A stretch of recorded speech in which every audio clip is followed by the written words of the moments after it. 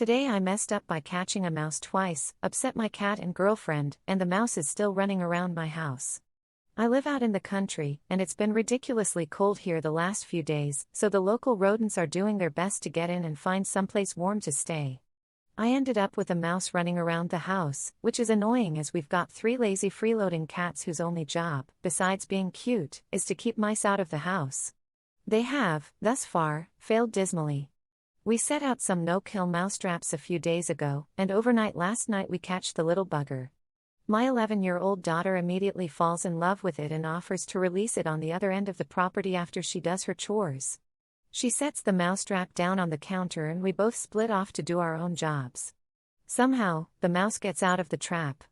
Not sure how, but we get back after about 30 minutes and the trap is empty. Later in the day, one of the cats is spending an unusual amount of time in the bathroom, sniffing around the base of one of the cabinets.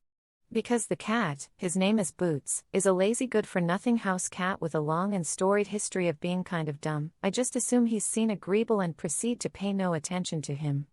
After a frankly embarrassing amount of time, I finally realize I'm as thick as week-old pudding and connect the cat acting odd and the missing mouse. I go in the bathroom and tilt the cabinet forwards. Boots, who, I should add, has never seen a mouse in his life, instantly dives behind it. A short tussle ensues, and about 3 seconds pass before he comes strolling out from behind the cabinet with the mouse clamped in his jaws. The 11-year-old, who is still in love with this mouse, darts into action and pries the wriggling mouse away from the cat. The mouse was fine, no injuries, no blood, as far as I could tell it was in perfect health.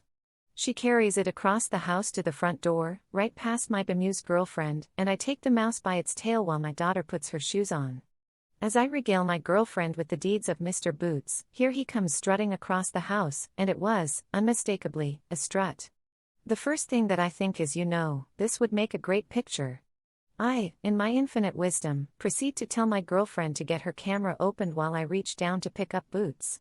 It's the perfect moment to commemorate the lazy, good-for-nothing cat, who spends his days eating, sleeping, and thinking up new and interesting places in the house to hide his poop, has actually done something productive and downright impressive. I prepare to pose for the picture, with the mouse dangling by its tail in one hand and cat tucked under my other arm. I smile, my girlfriend raises the camera, and in that moment it all falls apart. The cat spots the mouse dangling not a foot from its face. The world comes to a grinding halt. The stage is set for a storm of perfect circumstance. It was in this moment that I realized I'd messed up and outplayed myself. In slow motion, I watch Boots freeze. His eyes dilate straight to hunter mode. I see the wheels turning in his head. His paw pulls back. With every modicum of strength his little body possesses, he reaches out and smacks the dangling, wriggling mouse. It yanks free of my fingers and arcs directly at my girlfriend's face. The mouse crosses the distance and the time it took my girlfriend's face to contort in fear. It hit her squarely on the chin, and before she had time to do anything but gasp, the mouse performed an impressive feat of parkour, launching itself into the air and across the kitchen counter. I watch it disappear on the other side of the counter, and before I had time to run around it, the mouse had vanished as completely as if he never existed. So here I am, outsmarted by a mouse twice in one day. My daughter thinks the whole situation is hilarious. I agree with her. Boots is pissed at me because I let his dinner get taken away from him. I see his point. My girlfriend is furious that I threw a mouse at her and she says it's all my fault that it escaped. She's not wrong. Although I'm apparently an ass for blaming the cat, and I still have a mouse in my house.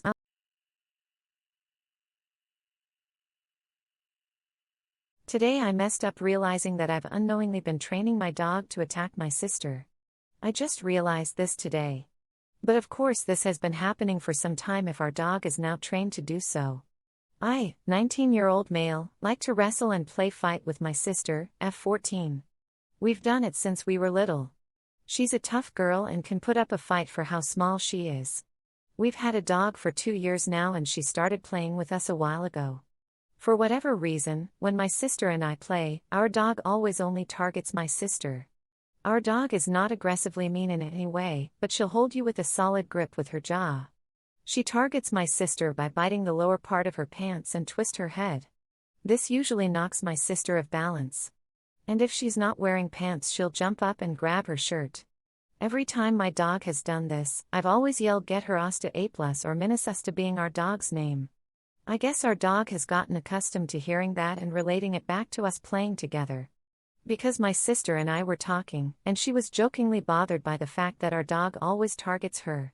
So I jokingly shouted what I always shout. And our dog wasn't in the room with us. But she ran up the stairs and charged my sister and started to do what she always does. The more my sister struggles, the more it motivates our dog to keep pulling her down. So yeah, I now know I have a lot of power against my sister. Too long. Didn't read. I unknowingly trained our dog to attack my sister on command. Edit, I realized I made a grave error. I do not mean my sister wears no pants. I simply mean when she doesn't wear long pants. I meant to imply she wears shorts instead of pants. Edit 2, wow. I didn't realize there were so many experts when it comes to dogs.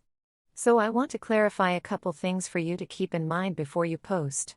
First, my sister is not being attacked. She is having a fun time. She laughs and enjoys when I wrestle with her and when our dog joins. Second, as I said previously, she does not bite hard. And if we ever want to stop, all my sister or I have to say is yeah. Meaning we are done. As soon as our dog hears that, she backs off and knows we aren't playing anymore. I also want to add in that I'm not going to abuse this. I don't think it's a big deal that she plays with us, but I'm also not going to command her at any given moment. It's just a realization that I found out earlier. So to reiterate, my sister is not being attacked, our dog stops playing on command, and I will not abuse this phrase. I appreciate the concern, I really do. But I promise everything is fine, so don't try to talk like you know anything about the situation that I am in. It's a light-hearted story. Enjoy.